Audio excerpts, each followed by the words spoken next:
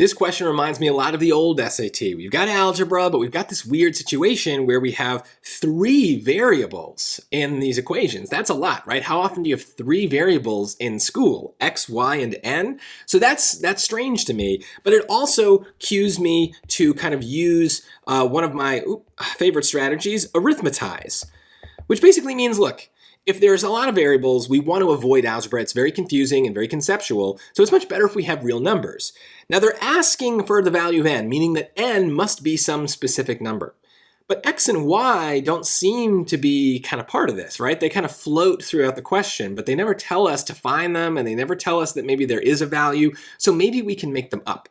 So I would start by focusing on the x over y equals 4, and let's just create values for x and y that make that true, right? So if x over y is 4, well then x could just be 4 and y could be 1, right? Because 4 over 1 is 4.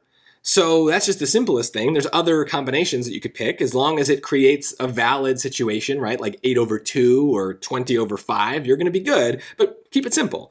Now we just plug those same values into the other equation here.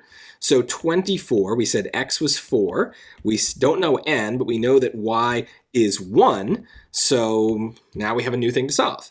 So 24 times 4, get your regular old calculator. 24 times 4 is 96. N times 1 is n, is equal to 4. And then a couple ways to think about it, but what I would do here is just the old-fashioned way of getting rid of a fraction is to multiply. So multiply both sides by n. Now we have 96 is equal to 4n, and then divide both sides by 4, and we're going to get n is equal to 24, and that is the answer. And look, you can maybe see the shortcut that would have worked here is if we see that x over y is equal to 4, and then we're doing something with this 24 to kind of change it, but we still end up with 4, you can maybe see like, okay, well look, there's an x over y built into this. So we can maybe see that this is really the same as 24 over n times 4 is equal to 4.